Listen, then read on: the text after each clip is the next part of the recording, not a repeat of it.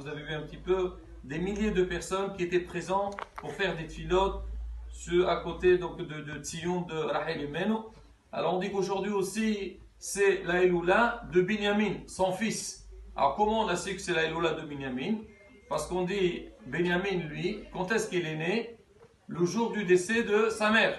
Sa mère quand elle a accouché, et c'est à ce moment-là qu'elle est nifteret, l'appelée Ben Oni. Alors on dit que les tzadiqin, le jour de leur naissance, c'est le jour de leur décès. Alors on a dit de là, Hakamim, ils ont dit que Binyamin, c'est-à-dire le fils de Rahel Imenu, le fils de Yaakov, il est décédé aujourd'hui. Là-bas aussi en Israël, il y a beaucoup qui vont le pèleriner. Mais il y a aussi une autre personne, un contemporain, qui est Rabbi Moshe Levi. Alors certains peut-être ils ont entendu parler de lui. Alors, on va lire un petit peu ce qui est rapporté sur lui, un petit peu le résumé donc de cette personnalité. Après Bezrat Hashem, on va essayer de raconter ou de dire quelques anecdotes. Alors, c'est qui Rabbi Moshe Levi? On dit Rabbi Moshe Megidolé HaPostrim Bidor Aharon. C'est un des grands décisionnaires à notre époque. Shemesh Gerab Bishivat Kisera Hamim, il était enseignant, il a enseigné à la Yeshiva de Kisera Hamim. Il a donné des cours de Torah partout. Alors c'est connu surtout dans la ville de Yavne. La ville de Yavne, alors il y a donc des personnes qui habitent là-bas, il a fait la semaine dernière, il a fait un espèce sur le Rav Moshe Levi. Il a dit avant que Rav Moshe Levi, la ville de Yavne, c'était une ville déserte de Torah. Il n'y avait pratiquement pas de Torah. Et à partir du moment que Rabbi Moshe Levi est arrivé, il a développé la Torah, il avait un shi'ur dans le Beit HaMidrash qui était vraiment plein et les gens ils venaient de partout pour suivre ses cours. Et à travers ça, Baruch Hashem, la ville de Yavne, elle a mérité qu'il y ait beaucoup de kolélim qui ont été ouvertes suite à son arrivée là-bas. Alors il y avait là-bas, il allait à Ashkelon, il allait plein. Et déjà à Bnei Brak, en dehors de tous les cours qu'il donnait à la yeshiva. Alors il a sorti beaucoup de livres. Il a sorti beaucoup de livres d'Alakha qui étaient très clairs, tels que le livre Tifila les Moshe. Alors pour Tifila les Moshe, alors je raconte une petite anecdote. C'est quand Rabbi Moshe Levi, il a sorti ce livre. Alors vous savez qu'à Bnei Brak, là comme on voit dans le monde du hall, on voit beaucoup de ça. Alors quelqu'un qui a sorti un livre ou il avait quelque chose de spécial, il est invité pour lui faire. Alors pour l'honorer, alors à Bnei Brak aussi, il y a, dans le monde de la Torah, ils font une soirée dans laquelle ils invitent les Talmidei Hachamim qui ont fait quelque chose d'exceptionnel, surtout qui ont sorti des Sfarim de Torah, pour leur donner une prime ou donc un diplôme. Et Rabbi Moshe Levi, quand il a sorti le Sefer, le livre Tefillah les Moshe, il a été invité pour recevoir donc un tableau, une prime de Rav Shach. Quand on l'a appelé, il est monté, il s'est présenté devant le Rav Shach. Rav Shach, quand il a vu, il a été impressionné. Il a dit, quand moi je lis ton livre, je pensais que j'allais voir une personne qui a 70 ans. Et là, je me rends compte que je vois une personne qui a une vingtaine d'années. Pour dire que quoi? Que il était très jeune, malheureusement. Il est décédé très très jeune. Il n'a pas fini ses 40 ans. Juste avant 40 ans, il est niftar.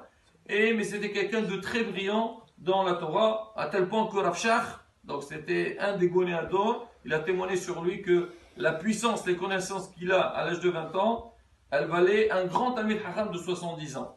Alors, en dehors de ce livre-là, il a fait une Hatava sur Shabbat qui est connu, même il a été traduit, je crois la première partie a été traduite en français, Birkat Hashem sur Alachot Brachot, il traite tous les sujets de Brachot. On sait, c'est marqué dans la Gemara, quand est-ce qu'on peut appeler quelqu'un c'est un Talmid Hacham ou pas? S'il est marqué dans Alachot Brachot, quelqu'un qui connaît bien Alachot Brachot, c'est-à-dire c'est un Talmid Hacham, parce que les Alachot Brachot elles sont très compliquées, et lui il a sorti 5 Sfarim, donc seulement sur le thème des Brachot. Malvé Hashem, alors sur le lien de repeat, les intérêts, là aussi c'est des Brachot qui sont très connus, surtout le père en question de la Gemara de Babam Se'a qui parle de ce lien-là, c'est un des Brachim les plus compliqués du chasse, et lui il a sorti un livre, deux livres en fait, Malvé Hashem sur ça.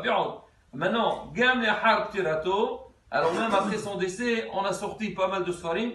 Alors surtout, il y a des livres qui ont été sortis par ses élèves.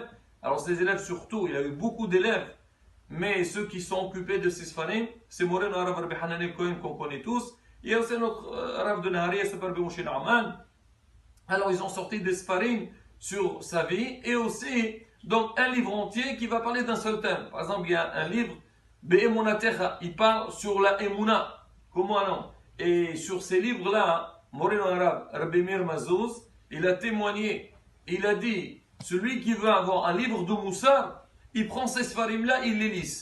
Parce qu'on sait qu'aujourd'hui, on a tous besoin de Moussar, on lit plein de livres, on essaie de lire des histoires, un peu pour nous renforcer. Il dit, ces sfarim-là, quand tu les lis, il y a tellement de messages à travers ça, la personnalité de Rabbi Moshe Levi, que vraiment ça aide énormément dans Avodat Hashem.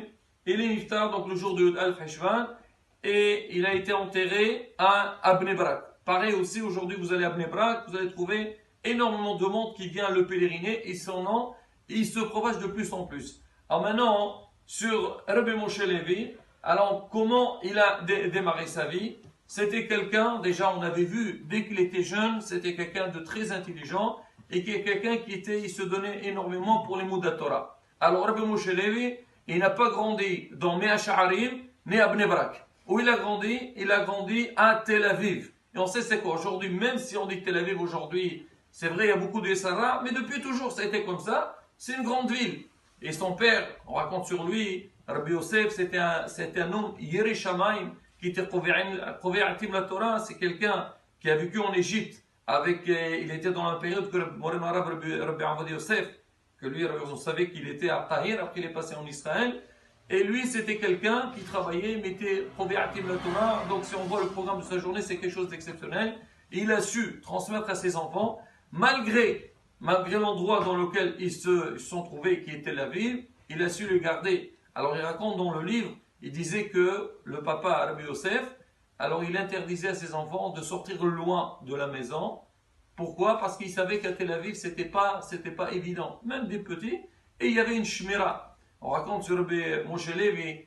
Alors, c'était quoi ces jeux quand il était petit? Bon, c'est vrai que les jeux, il n'est pas resté longtemps avec parce qu'il a compris que c'est pas les jeux qu'il faut faire. Il faut passer plutôt à l'étude de la Torah. Une fois son père, il entre dans sa chambre, il le voit, il a fait comme un petit théâtre.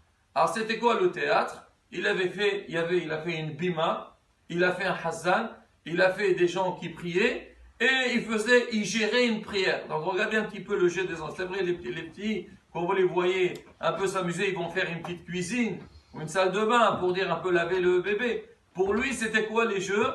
C'était faire une synagogue et gérer une synagogue. C'est vrai, pour gérer une synagogue, il faut commencer c'est comme on dit, c'est stage depuis que tu es jeune. Parce que, bon, il faut, c'est une responsabilité. Et on dit ça aussi, Rabotai, ça c'est un qui est très important. On dit, si on veut que nos enfants, ils grandissent dans la Tahara et la Kedusha, il faut, dès qu'ils sont jeunes, comme on a vu dans la Chot Netilat Yadayim, c'est marqué que tous les matins, on doit faire Netilat Yadayim pour enlever la Touma, mais ce din ne concerne pas seulement les hommes ou les femmes, on dit même les enfants qui viennent de naître, vraiment dès qu'on peut, on leur fait. Il y a des gens qui disent quoi, tu vas faire Netilat Yadayim? Dis-moi, les bébés, on leur fait des douches tous les jours. Alors, pour leur faire Netilat Yadayim, c'est compliqué. Il dit, quand un enfant, tu lui donnes dès qu'il est jeune, ça lui donne énormément d'Ukhdusha, et bien, quand il grandit, il va un des brillants. On raconte qu'un jour, il était en train d'étudier, il faisait un tosfot avec leur rab, et c'était un tosfot très difficile, et les élèves, le rab lui-même, il a dit, il y a un problème dans ce tosfot, pour le comprendre, il faut attendre, il y a un avis, parce qu'il est très compliqué. Des fois, c'est vrai, on arrive dans des passages, des fois dans la Gemara, qu'on ne comprend pas, c'est pas évident, il faut vraiment avoir la force pour comprendre. Et le rab, c'était un grand Talmid Chacham. Il leur a dit, pour comprendre ce Tosfot, on attend, quand il viendra, il y a un avis, on aura la réponse.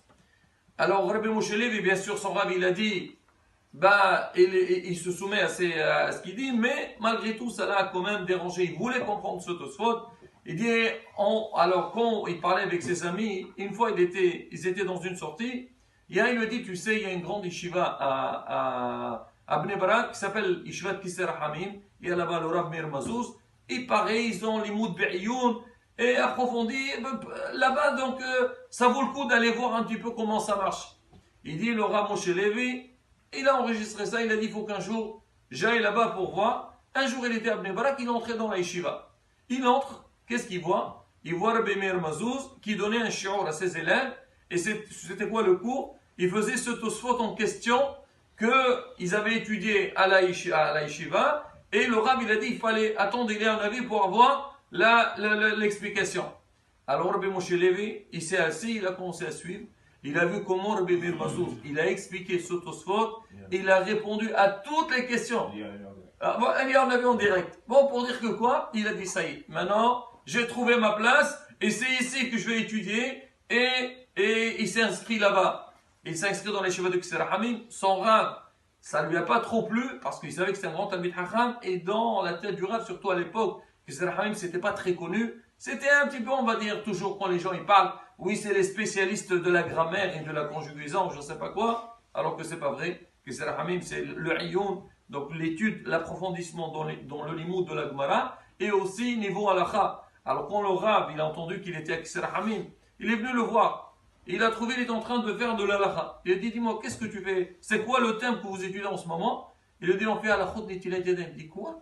Tu as quitté la yeshiva pour faire halachot netilat yadayim? Qui ne connaît pas halachot netilat yadayim? Il a dit, c'est vrai, netilat yadayim, ça a l'air que tout le monde sait c'est quoi, il faut se laver les mains. Mais derrière, il y a tellement de iyunim et tellement d'approfondissement dans ce sujet-là. Et Baruch Hashem, il a continué dans cette yeshiva. Alors maintenant, moi, personnellement, j'ai connu Baruch Hashem Zachit et de connaître Rabbi Moshe Levi. Mais dans ma tête, c'était un Rav qui est dans le limoud, dans l'étude de la Gemara et aussi dans la halakha. C'est vrai, c'était connu à la yeshiva, surtout à l'époque où on faisait la halachot Shabbat. C'était connu, c'est quelqu'un qui a traité, qui a analysé tous les problèmes, les détails de ce thème-là. Mais quand son livre il est sorti, alors on s'est rendu compte que Rabbi Moshe Levi, c'était pas seulement un talmudiste, comme on dit, mais il était aussi, a priori, c'était un Mechoubal, parce qu'il y a énormément d'histoires qui ont été racontées sur lui. Il y a le livre Ha'ish Moshe, il est sorti en deux tomes.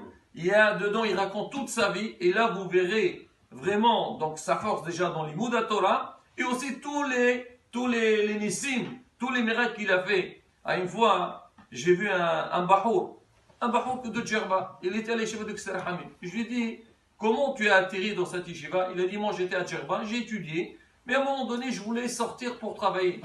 Quand le livre Ha'ish Moshe est arrivé à Djerba, j'ai lu l'histoire, la vie de Rabbi Moshe Levi, j'ai dit, j'arrête tout et je vais aller étudier la Torah. Parce qu'il n'y a pas mieux que l'imoud de la Torah.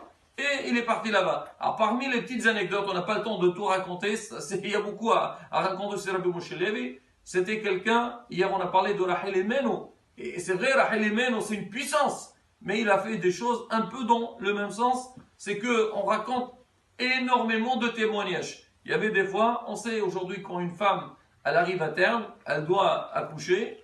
Les médecins, quand ils voient que ils ont du mal de la faire accoucher, ils veulent passer tout de suite ce qu'on appelle un zirouz, précipiter l'accouchement et des fois passer à la césarienne. Et quand les maris entendent ça, bon, ils préfèrent que ça soit de manière naturelle. Alors on raconte, un de ses élèves, il appelle Rabbi Moshe Levi, il lui dit, Rav, voilà, les médecins ils m'ont dit, il faut passer tout de suite faire une césarienne parce que l'état de la femme ne permet pas. Et Hasbi Shalom, si on traîne, il pourrait avoir un danger ou pour la femme ou pour le bébé. Rabbi Moshe Levi lui répond, et il lui dit, écoute, tu dis aux médecins qu'ils attendent jusqu'à 14 heures. 14 heures pile, si la femme n'a pas accouché, ils font ce qu'ils veulent. Alors le monsieur il raconte que vraiment à 14 heures pile, à la seconde près, sa femme elle a accouché. Et des histoires comme ça à la bataille, si vous voulez les lire, prenez le livre Ha'ish Moshe, je ne sais même pas s'il y a aujourd'hui sur le marché, bon, on peut vérifier. Des histoires vraiment à ne pas en finir. Au niveau de la Parnassa aussi, combien de personnes ils avaient des problèmes de Parnassa? Rabbi Moshe Levi, il leur dit, écoutez, tu vas avoir une bonne Parnassa. Et parmi les choses, je l'ai tout à l'heure, une fois il a donné un shi'ur sur Alachot Ribit.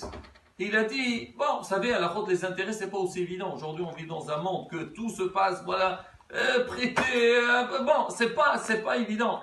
Et une fois, quelqu'un, il lui a dit, Rav, mais comment c'est possible? Il a dit que si quelqu'un il est dans un découvert, et que surtout en Israël, c'est vrai qu'il y a le système, ce qu'on appelle, Eter Isra, mais il dit, c'est pas aussi évident. Alors le Talmud, il a dit à son Rav, il lui a dit, mais Rav, c'est pas possible. On est obligé tous de passer par ça. Il lui a dit, écoute, c'est marqué, tout celui qui veut se purifier, on l'aide. Ça veut dire quoi? Hachem, qu'est-ce qu'il t'a demandé? De faire ses mitzvot. Fais attention aux mitzvot. Hachem, il fera en sorte que tu trébucheras aucune mitzvah. Tu feras attention à toutes les mitzvot. Et il lui a dit, et le monsieur l'a pris sur lui, l'année d'après, il revoit le Rab, il lui dit, Rab, vous avez raison, vous m'avez parlé de ça, j'ai commencé à m'améliorer dans Torah mitzvot et Baruch Hashem. Depuis, je suis plus en découvert et Baruch Hashem, ça marche très bien. Alors le Rab, il avait ce là comme on a dit, de l'humour et aussi Yirat Shamayim.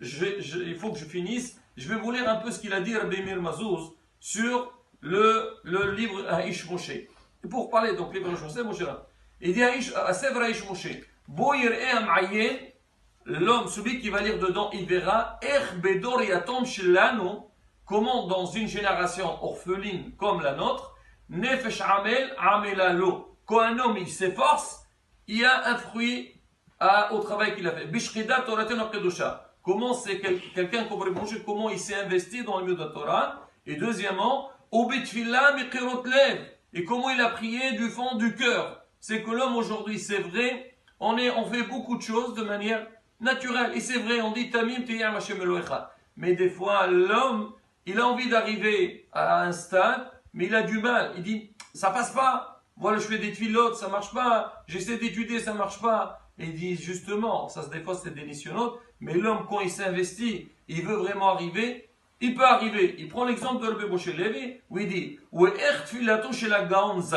comment la prière de ce Gaon-là, ça veut dire de Rabbi Moshe Levi, elle était écoutée de Kadosh Baruch Hu comme c'était un des Rishonim, un des grands. Pour dire que quoi? Que aujourd'hui, dans Avodat Hashem, comme on dit, l'homme, il faut qu'il se dise dans sa tête, Hachem m'a demandé, je fais ce qu'il veut, et Bezrat Hachem, moi, à partir du moment que je fais la raison, Akadosh Baruch Hu nous donnera tout ce qu'on a besoin. Amen, Ken Rason.